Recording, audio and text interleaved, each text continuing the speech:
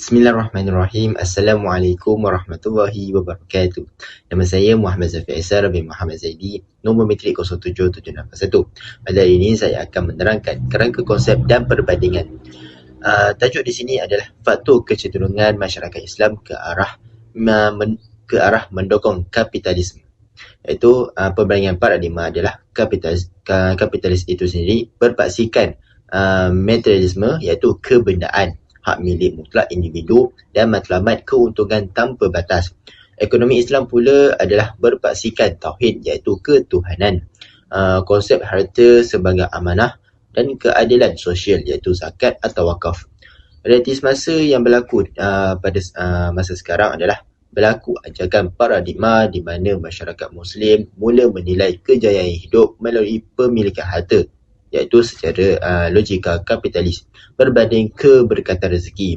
Di sini kita dapat menekankan bahawa Islam tidak melarang untuk menjadi kaya, tapi cuma cara kapitalis itu sendiri adalah kumpul kekayaan itu dengan yang bermasalah.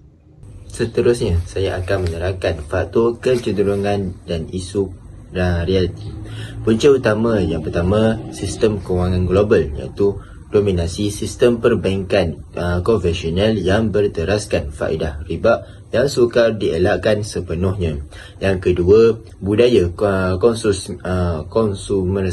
konsumerisme, iaitu pengaruh media sosial yang membentuk gaya hidup mewah sebagai simbol status, iaitu lifestyle atau inflation. Yang ketiga, kelemahan literasi muamalat, iaitu kurangnya kefahaman masyarakat tentang perbezaan mendasar antara kontrak Islam dan kontrak kapitalis. Isu atau kes yang ditekankan di sini adalah normalisasi hutang, yang mana penggunaan instrumen iaitu beli sekarang bayar kemudian yang dipanggil BNPL demi memenuhi keinginan bukan keperluan. Eksploitasi agama, iaitu menggunakan jenama Islam untuk mengaut keuntungan tinggi sebagai kapitalis berwajah agama. Di sini kita boleh gunakan contoh seorang influencer yang selalu mempamerkan kemewahan sebagai contoh yang nyata faktor luaran untuk kehidupan mereka. Dan yang terakhir di sini adalah rumusan dan cadangan. Rumusan bagi penyelidikan ini adalah kecenderungan mendukung kapitalisme berlaku kerana masyarakat melihat Islam tersebut sebagai solusi yang pantas untuk kekayaan material, namun mengabaikan aspek keadilan sosial. Cadangan bagi sosial Islamik pula memperkasakan pendidikan muamalat agar masyarakat celik yang mana haram atau halal dalam kewangan, menerapkan sifat qanaah, iaitu bersyukur atau merasakan cukup bagi membendung nafsu kapitalis yang tamak.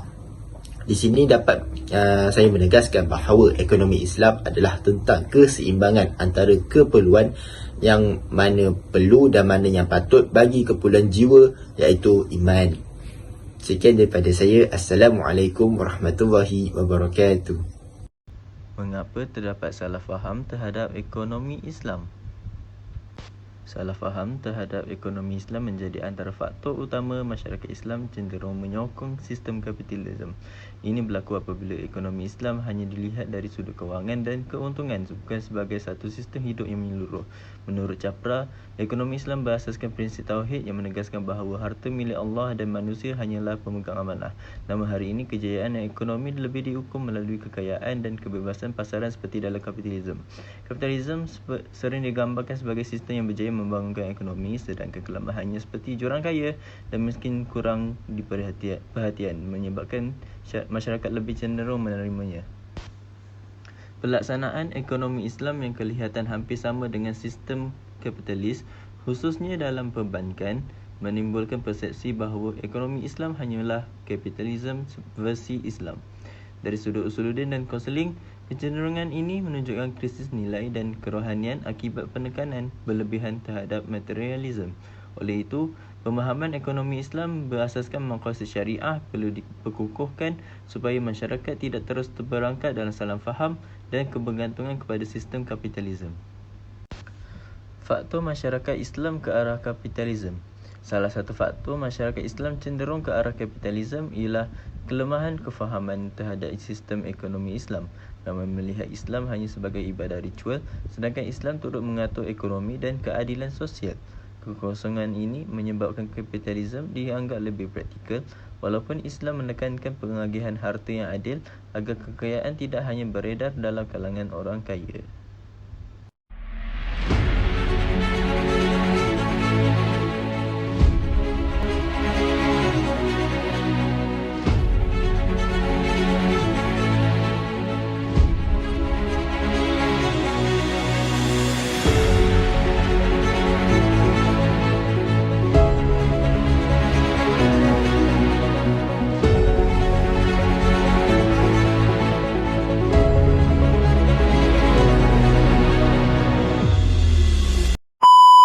We have before us the opportunity to forge for ourselves and for future generations a new world order, a world where the rule of law, not the law of the jungle, governs the conduct of nations.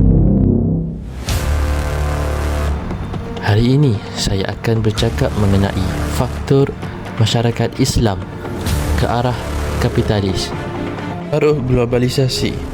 Globalisasi membuka pasaran dunia dan membawa masuk sistem ekonomi kapitalis barat ke dalam masyarakat Islam melalui perdagangan bebas, pelaburan asing dan gaya hidup global. Masyarakat Islam terdedah kepada sistem yang menekankan keuntungan dan persaingan. Akibatnya, nilai ekonomi Islam seperti keadilan sosial dan keseimbangan mula diketepikan. Bahagian masyarakat Islam juga kurang memahami prinsip asas ekonomi Islam seperti larangan riba, kepentingan zakat, wakaf dan konsep keadilan dalam muamalat. Individualisme dalam masyarakat merupakan faktor yang menjadikan masyarakat Islam ke arah kapitalis. Kapitalis mendorong sikap ini iaitu mementingkan diri sendiri dan keuntungan peribadi.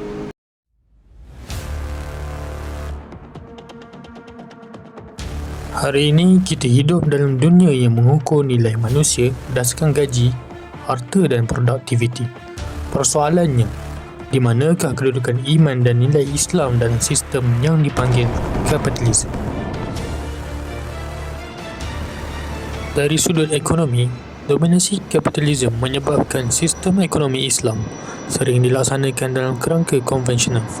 Walaupun institusi kewangan Islam berkembang, sebahagiannya masih meniru struktur kapitalis tanpa menghayati maqasid syariah. Ini menjejaskan matlamat keadilan sosial yang menjadi teras ekonomi Islam.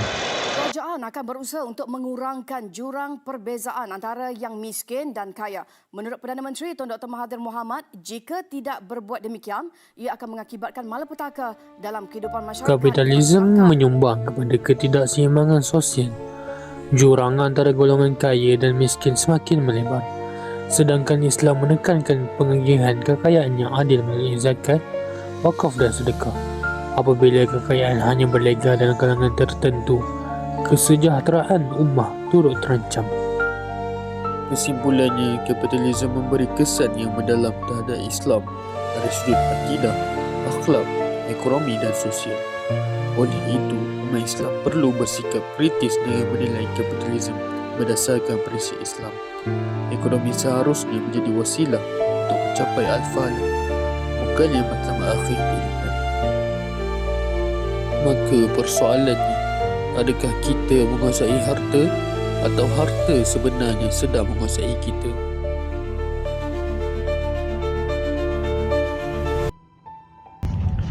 Secara keseluruhannya, kita dapat lihat pada masa kini, masyarakat Islam kini cenderung dalam menyokong sistem kapitalisme. Bukan secara kebetulan, tapi akibat pengaruh-pengaruh barat dan juga sistem materialisme yang berlaku dalam ekonomi dunia. Nilai-nilai kekayaan kini hanya menjadi ukuran utama dalam kejayaan, sedangkan Islam sendiri mengajar kita untuk sentiasa bersederhana dalam berjalankan ilmu jual beli. Oleh itu, sebagai penutupnya, perlulah ada pembetulan dalam kefahaman terhadap ekonomi melalui sistem pendidikan Islam itu sendiri, pemerkasaan institusi dan juga peranan media. yang amatlah penting. Dengan langkah ini, masyarakat Islam kini akan lebih mampu untuk berpotensi untuk lebih adil, beretika dan selaras dengan prinsip maqasid syariah. Bukan semata-mata kejayaan itu diukur dalam bentuk materialism. Sekian, terima kasih.